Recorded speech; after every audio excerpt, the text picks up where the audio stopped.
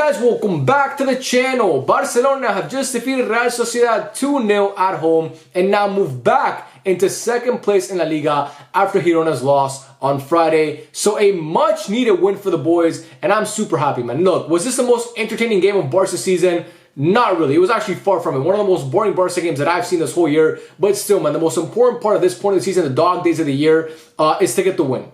And obviously the players seem kind of checked out because there's nothing left to play for. But I still think they put forth a very decent performance against a good team, man. I mean, Real Sociedad are not the team that they were the first 5 months of the year, but that's still a team that you got to take seriously. Stuff Imanol was one of the best managers in Spain, in my opinion. And they still, even without Subimendi playing today, they have a really, really good squad. And to dominate them 2-0 at home, I mean, I'm pretty happy with that. If you guys remember the first fixture that these two teams played, we won that game 1-0 with that Araujo header. But that game was mostly Real Sociedad. We were lucky to win that game. They should have won that game, honestly, 2 or 3-0. So for us to come back and obviously do it and come back and beat them again, but this time at home and kind of dominate the game and like just be more calm in the game than we were obviously in the first game away from home, in the first fixture away from home, is very important to me. In terms of the game itself, I thought Barca had a couple really standout performers. I think Rafinha was amazing today. Obviously, they gave Lamine Yamal man of the match, and I think that's obviously not bad. But I think if I had to pick a man of the match for myself, it'd be Rafinha because I thought he was so good today, man. And deserved that goal at the end, the penalty. I'm so glad he took it because he deserved that goal. Had so many, like he was doing so much, bro. He was doing so much on the pitch,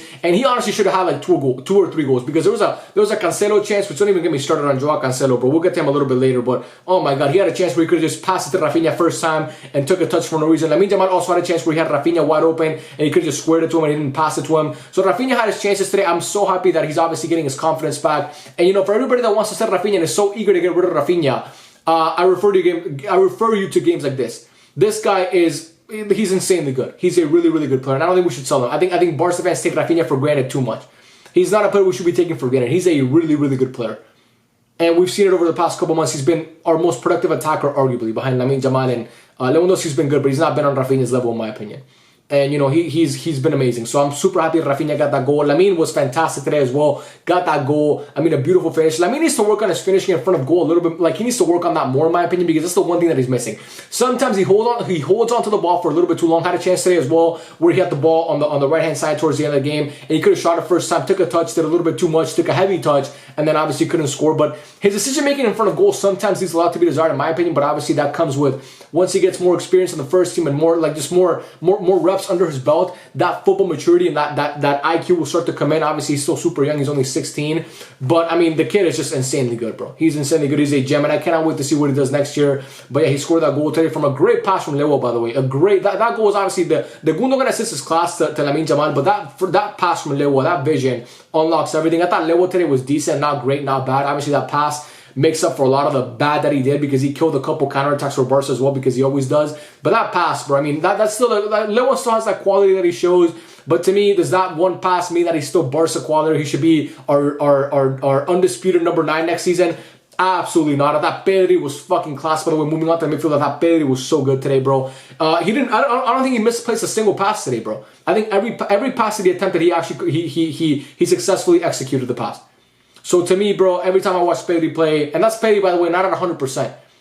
He's just an insanely good player. He's so good. Controlled the game today, controlled the tempo, did everything. Gundogan, like always, was fucking class. I mean, our best player this year by far, in my opinion. That pass for the goal from Lamine Yamal, I mean, that's just Gundogan for you. The defense, the backline played well today, in my opinion. I thought Inigo Martinez played well. I thought Pau Guarci played fantastic. I thought Koundé continues to be amazing. I thought Mats made a couple big saves. I thought Cancelo was hot ass, honestly. I thought Cancelo was terrible, both defensively and going forward. Should have sweated that ball to Rafinha. Cancelo's so washed, man. I've never seen anything like it. Honestly, I don't know what the fuck happened to Joao Cancelo. I don't know what happened to Joao Cancelo, but he's fucking washed, bro. Honestly. It's bad what happened to him.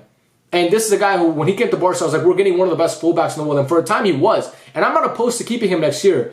But since the PSG game, bro, like, it's just been fucking awful, man. I don't know what the hell happened to him, but it's been bad. Like, he's been consistently a worse performer. He's making me miss Balde. And Balde this year was arguably our most disappointing player up until he got injured. He's making me miss Balde, honestly, because, like I said, Cancelo's just not...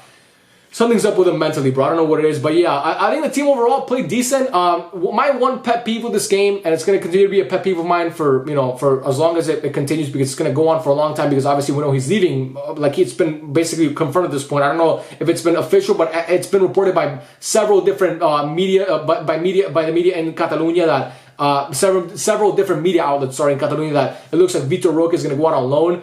And the fact that today we watched Romeo and Sergio Roberto come onto the pitch before we saw Vitor Roque in a game where it wasn't really like we were winning 1-0. We got that penalty in extra time, in added time. It wasn't like this game was extremely comfortable for us. Again, Barca never really struggled in this game. I always thought they were going to win, but still, I mean, a 1-goal lead is never comfortable. It's never a comfortable lead. And the fact that Barca refused to bring on Roque and you're bringing Ferran Torres, who did some good things today. When he came on, he almost scored a goal right away, but I mean, the fact that we're seeing Romeo on the pitch and Vitor Roque and Sergio Roberto on the pitch and Ferran Torres, and you're not giving Vitor Roque a chance, it's almost like Xavi's doing it to spite him. You know what I mean? It's like it's almost like Xavi's doing it on purpose, and that honestly pisses me off because I talked about it in the stream. It's almost like you're shattering this young kid's confidence, and he came to Barca with so much confidence, so much hype, so much potential, and what we're seeing now is just a kid who's sitting and rotting on the bench in games that we could actually use him. I mean, you can't convince me Roque should not be playing in games like this. Even if you want to send him out on loan next year, you can still play him in games like this and give him that experience, give him that time on the first team, because eventually you want this kid to come back and pay dividends for you. You know what I mean? So for me, I think all the Barca fans dick riding Xavi for not and saying that he's right for not playing Roque are just that's what they are. They're dick riders, and honestly, I don't respect people like that because there's no way that you can, like, when you look at what's happening with Roque on this team, you can't tell me that that it's okay what they're doing to him. It's not okay at all. I mean, we've seen Ferran Torres. Why can't we see, like, we know what he is. I've talked about that before. We know what Ferran Torres is. Why can't we just see Vitor Roque one time? Just put him on the pitch. See what he can do. Like, let him make something happen. But it seems like Xavi's he's so set on like making his point, knowing that he doesn't like the kid at all, that he just refuses to play him, even in games where we all know you should be playing him. So for me, that was the most disappointing thing today. That was the most disappointing thing today for me, was the fact that Vitor Roque did not even get a chance to warm up, man. You're not even putting him to warm up. And we saw Romeo and we saw Sergio Roberto come in. Guys who, come on, man. Like, really, it's just, and again, it's like Xavi's doing it to spite him, which pisses me off because, again, he's a young kid who's just coming here from a new country. He's in a new league. And, you should be trying to build him up, not tear him down. It seems like Xavi currently is trying to tear that kid down. But again, that pissed me off. But yeah, man, I think overall the game was a decent game. Obviously, we're in the dog days of the season, like I said, for us, the fans and the players. The players don't really care about these games anymore either because there's not much to play for. But I do like the fact that Barca came out at home and got that win. And yeah, man, now it's just maintaining and keeping second place. Keeping second place, you got 3 games to go. You got Rayo Vallecano, you got Sevilla, and you got Almeria on Wednesday. So I think you should be getting 9 points from those games. You should not be expecting anything. We should not be, as fans, expecting anything less than 9 points from those games. That's what Barca should be striving for. 9 points in the next 3 games, and you close out the season on a strong note, and then you go into the off season and you strengthen the squad, and you come back in August and you come back with aspirations of winning the league title, because that's what we need now. This season was already disappointing enough as it is, and we need to come back next year with a vengeance, and we need to sharpen up a little bit more. But yeah, like I said, man, I think the team played well today, especially Rafinha, Lamine Yamal, Pedri was fantastic. Gundogan was class. Koundé was class in my opinion.